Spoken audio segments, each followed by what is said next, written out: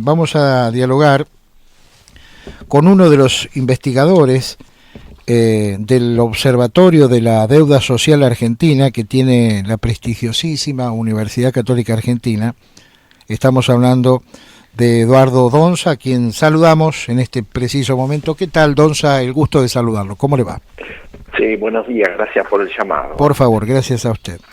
Bueno, un poco no sorprendidos, pero sí preocupados por este dato que se conoció en las últimas horas acerca de que estaríamos superando el 45% en lo que hace al índice de pobreza, con la particularidad de que esto ha aumentado 7 puntos aproximadamente, usted me corrige en todo caso, en todo este momento de pandemia, de cuarentena, ¿no? Sí, nosotros habíamos medido para el año 2019 un valor cercano al 40% de población bajo la línea de pobreza. Y eso, como usted dice, no son valores, independientemente del número en sí, son valores elevados que vienen de cuestiones estructurales de hace décadas en Argentina. Y la situación de la pandemia y lo que fue la cuarentena impactó mucho en los ingresos, ¿no? Uh-huh. Ahora lo vemos más en detalle, pero sí que hay una cuestión que la percepción, como usted decía en la introducción, era del aumento de la pobreza.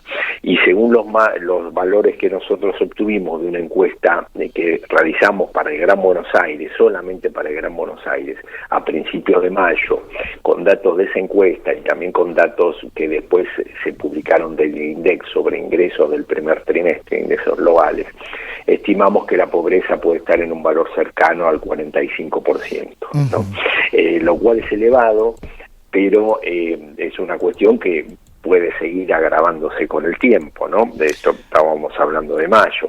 Es decir, estamos en valores elevados, ya veníamos de valores altos, y el 45, bueno, en sí es un número, pero hay la situación de muchas familias que están pasando momentos difíciles, ¿no? Uh-huh. Tengamos en cuenta que lo que surgió de la encuesta telefónica que realizamos en el GBA en mayo, durante la cuarentena, surgió que cerca del 8% de los ocupados habían perdido el trabajo. Solamente habían podido mantener el mismo volumen de trabajo un 26%, 1 de cada 4. Y por otro lado, con respecto a los ingresos, casi el 20% de los ocupados no habían tenido ingresos, ¿no? Solamente el 36% de los ocupados habían podido mantener el ingreso. Con una particularidad que es también muy preocupante, que es una cuestión que afecta en muchos casos independientemente del nivel socioeconómico, la falta de ingreso, porque pensemos que hasta algunas actividades profesionales independientes, como puede ser un abogado, un escribano, ¿no? Un escribano que no hace escrituras, ni ningún trámite legal, un abogado que trabaja independiente, que tiene un estudio, pero no puede, los tribunales está cerrado, no puede llevar adelante un juicio, no le dan un juicio, y hace más de 100 días que no tiene ingresos, con gastos fijos. Y por otro lado también los pequeños comerciantes, los grandes comerciantes, algunos que directamente no pudieron abrir, y también las actividades por cuenta propia, no profesionales, pero de mano de obra especializada.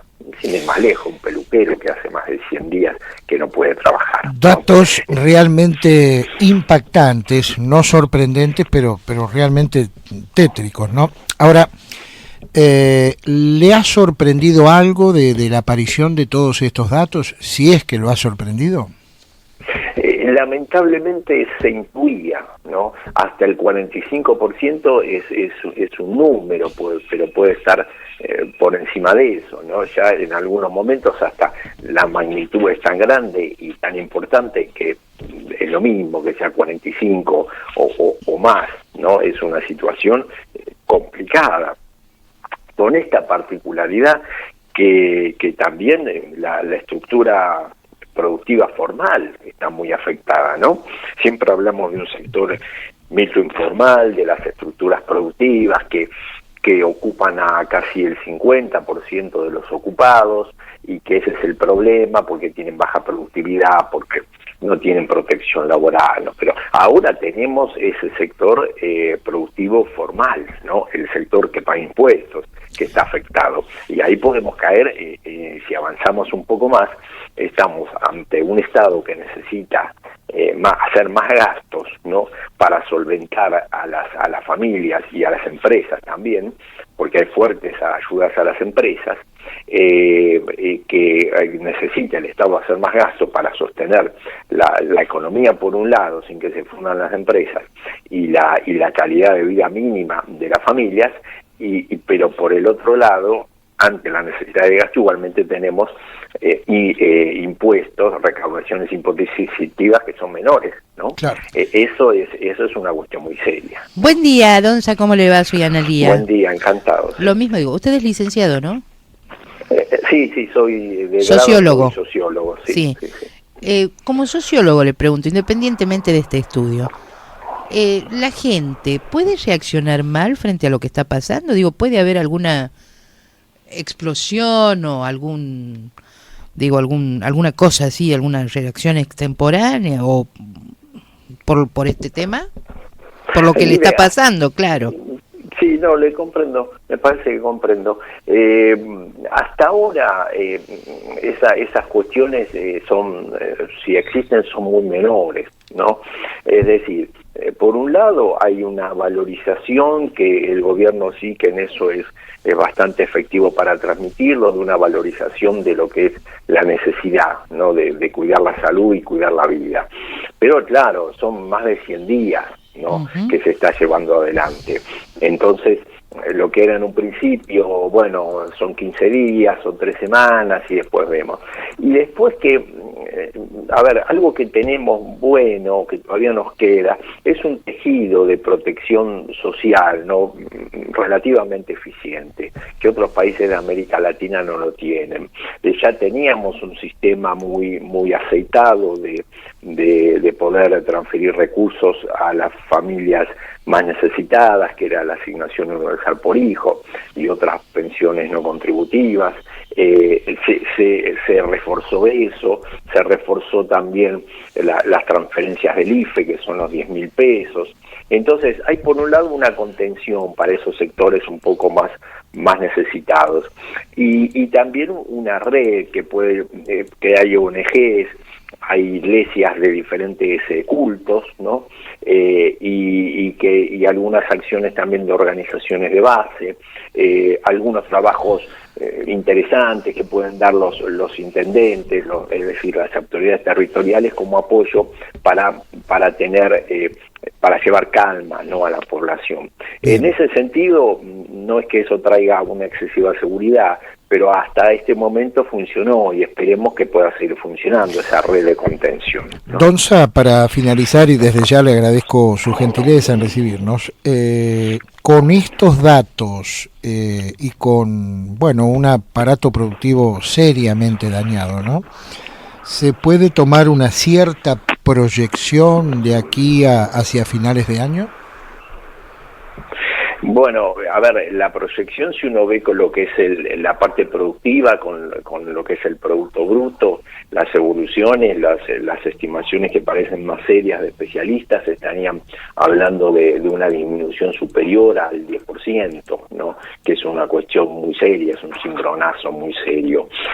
Por otro lado, tenemos el problema de que el año pasado tuvimos casi un 50% de índice de precio al consumidor, es decir, en situaciones normales la negociación colectiva de los trabajadores registrados tendría que estar tratando de recuperar un 50% perdido el año pasado, una actualización de los salarios, que es casi inviable, ¿no?, por el hecho de que hay suspensiones, posibles despidos en algún momento, no achicamiento de la necesidad de trabajo, y por el otro lado en la mesa va a estar un empresario, un productor que hace varias semanas, algunos que no pueden producir ni pueden comercializar, y con expectativas de consumo mucho menores, no para el futuro. Entonces, las expectativas, ¿cuáles son? un aumento, como lo estamos viendo, del nivel de pobreza y a nivel general una sociedad más empobrecida, ¿no? Por esto hasta de los profesionales que estuvimos hablando, de algunos profesionales.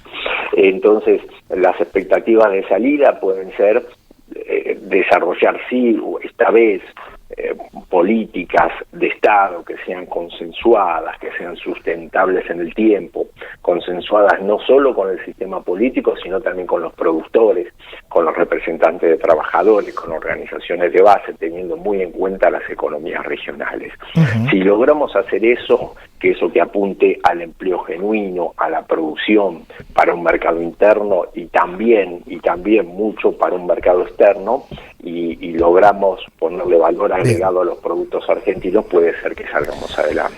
Estamos dialogando con el licenciado Eduardo Donza, que es uno de los investigadores del Observatorio de la Deuda Social en la Argentina de la Universidad Católica Argentina.